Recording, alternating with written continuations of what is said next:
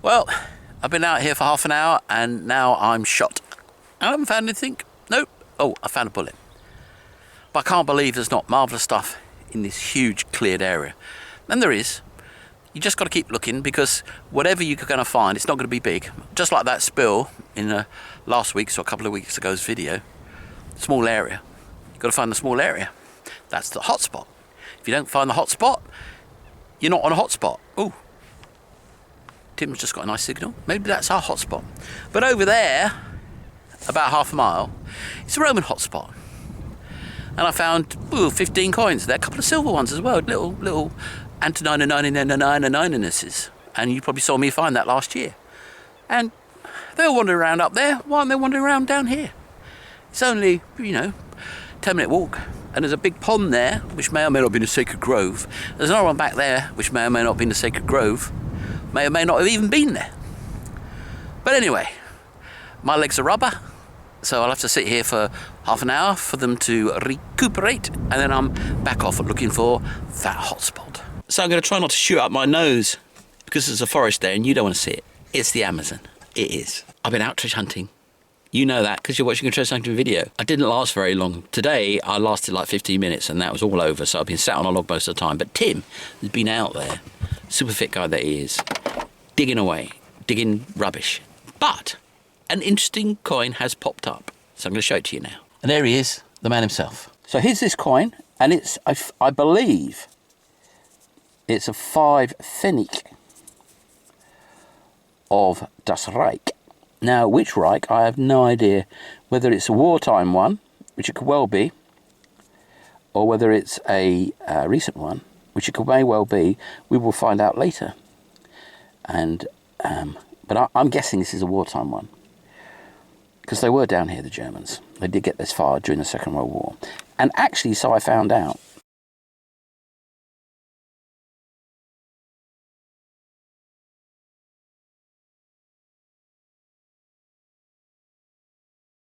they got this far down in the Franco-Prussian War, which really was an absolute disaster for France. And basically the French, who had lost their place as the leading power in Europe, because the Germans were getting their act together at that point and were becoming a massive industrial nation, etc., picked a fight with Bismarck, or rather, yeah, I mean, they did kind of pick a fight. There was always picking fights in those days. That's what wars are about, people picking fights with each other and saying, I love that little bit of land now I won, or, oh, no, I have to give it back to you because you beat me.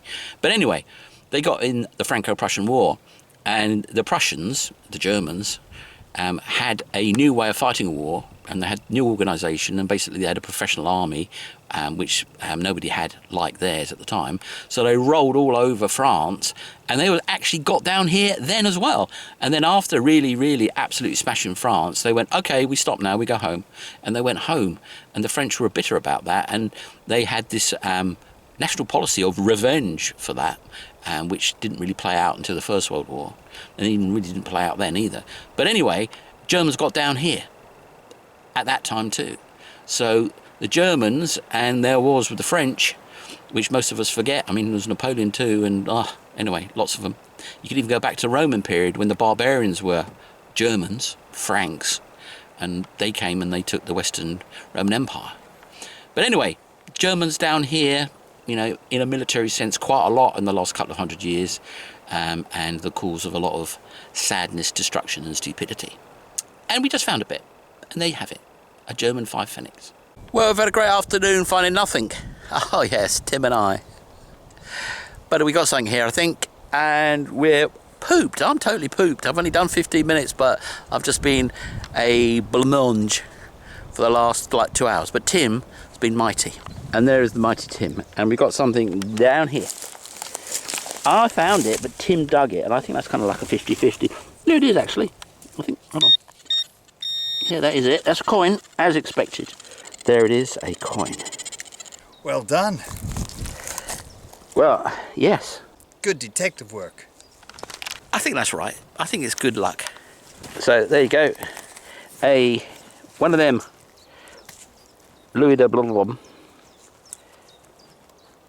with all its details burnt off by the acid of the humic acid.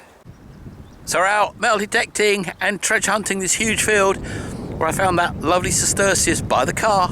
I'm far away from the car right now and haven't found anything. So I should go back there really, just find all the stuff. But anyway, I'm going to explore the rest of the field because I want to make sure that I know where everything is. So when they plough it in a couple of months, I'll be able to get really close and intimate with the hotspots. Oh yeah. We've got a big lumpo here, a very big lumpo.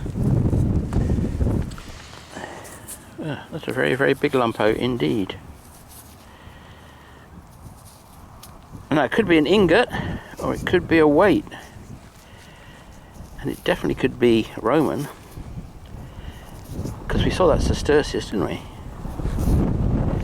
Well, it's not going in the pocket, but it should, but it's going in the bag, but it won't be staying there.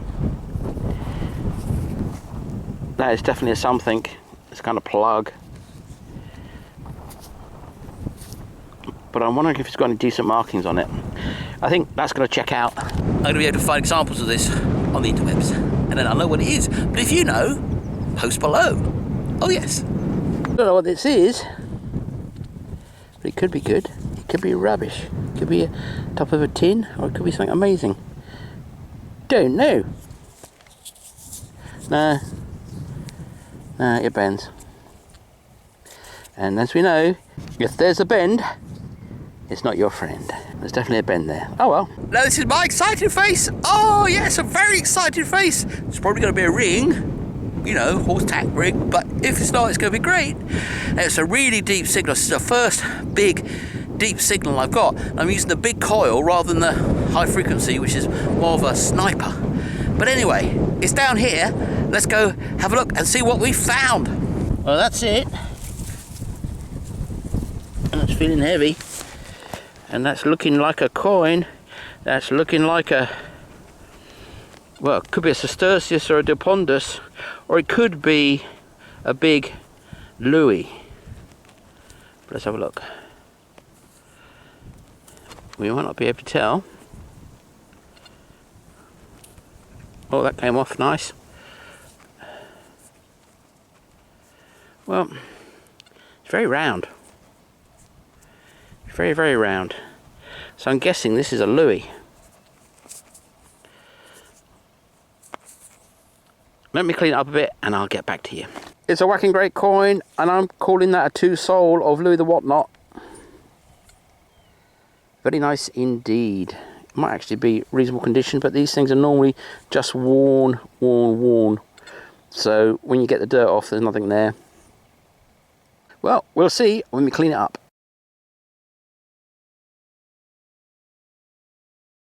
Finds few and far between, but there's one down here, probably rubbish. I cut a big plug around it. We can just flip it out, no messing around with a live dig. So let's have a live dig. I know you love them.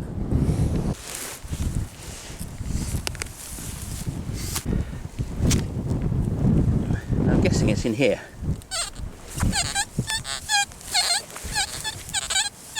Well, no, it says it's in the hull. There could be a big bit of iron, of course. Highly possible. Put the spade far away.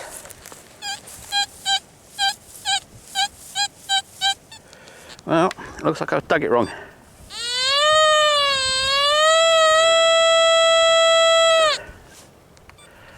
So maybe, dug a big enough hole, I still missed it.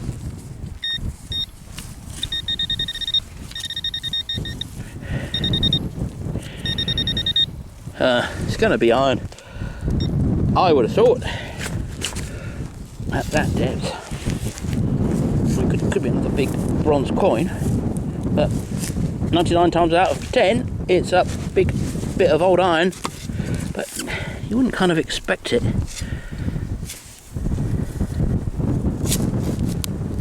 That was something went crunchy crunch. Last time I was expecting to hit iron, I put out some stuff and there was a coin instead. Still not hitting any iron.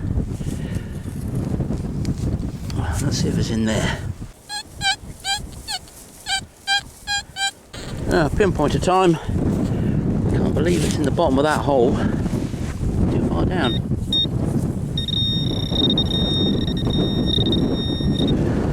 Well, it's going to be junk, but I started, so I'll finish.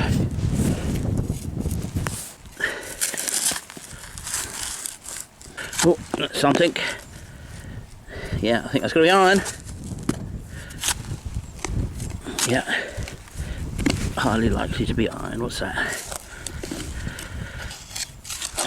A big lump of rubbish. That's what that is. Oh yeah, rubbish. No hunt could be complete without a musket ball, could it? Ooh, that was nearly 3 hours. 2 finds. That must be in America. Big lead blob. I think that could be something really interesting. Could be just a big lead blob. Could be just a big lead plug. I couldn't see any big lead bars around, but anyway, we will find out what it is. I think it's a weight.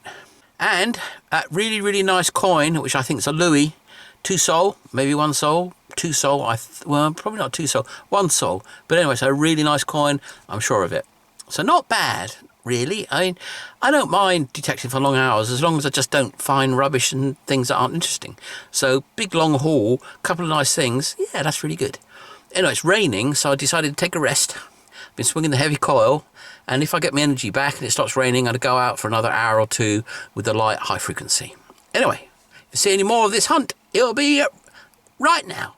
3, 2, 1. I took a little rest. It cleared up. It looks like it's going to rain again any minute. Anyway, sometimes you think the DS doesn't go very deep, and then you get something like this at about a foot. I mean, I'm not sure what it is. It's probably some bolt off something. It's looking like a bolt. Well, anyway, gotta pop it in the pocket just in case it's not a bolt. Well, boys and girls, you know what that is? That is a thimble. And that was pretty deep as well. Good 8 inches. So well found by the DS. I think that's what this is. The iron ring. Yep, it's an iron buckle. Ring. Oh, in the bag that one goes. Well, there's something worthy in here. Oh, try the top. Oh, maybe not right at the top.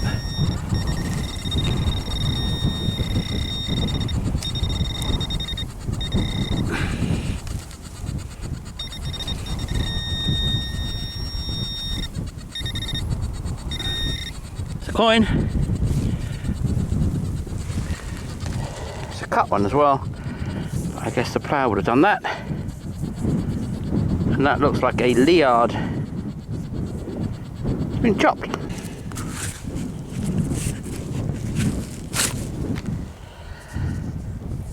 Oh, slim pickings today. It's always welcome to get a coin. Don't rip the coin. So that's a liard, 1700s. Won't be anything on it to see.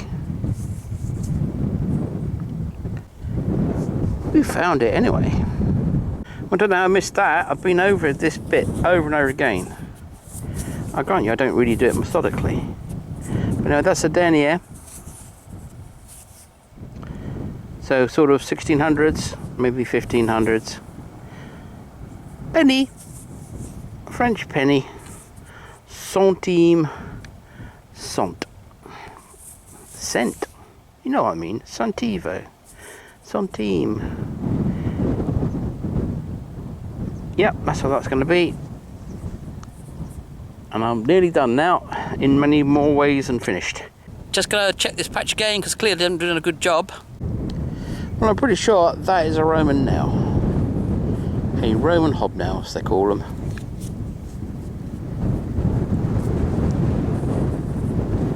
And I'm going to put that in the pocket. Well, that's all, folks. Well, that was a marathon hunt. Didn't find much. Not bad, really, I suppose. When I take it out of my pocket, I go, oh, that's a few bits and bobs there. And yeah, not bad. But nothing amazing like previous. Just going to have to wait for them to plough it up. And then it's going to be amazing. I just know it. Anyway, thank you very much for watching. Please subscribe and like. See you again soon. I'm probably going to be doing a video every 2 weeks rather than every one. Just so that I've got enough material for you. Don't forget to subscribe, please. See you soon. Bye-bye.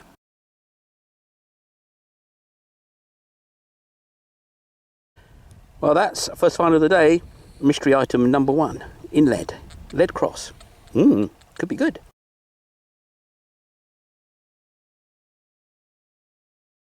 Not as exciting as that cross, but a little rivet. It's going in the pocket just in case it isn't. Well, that looks like a piece of a crotal bell to me. Well, I'm guessing this is a Napoleon Trois. It's the right size, it's the right shape, it's the right thickness. So that's probably what it's going to be. In the pocket with Napoleon.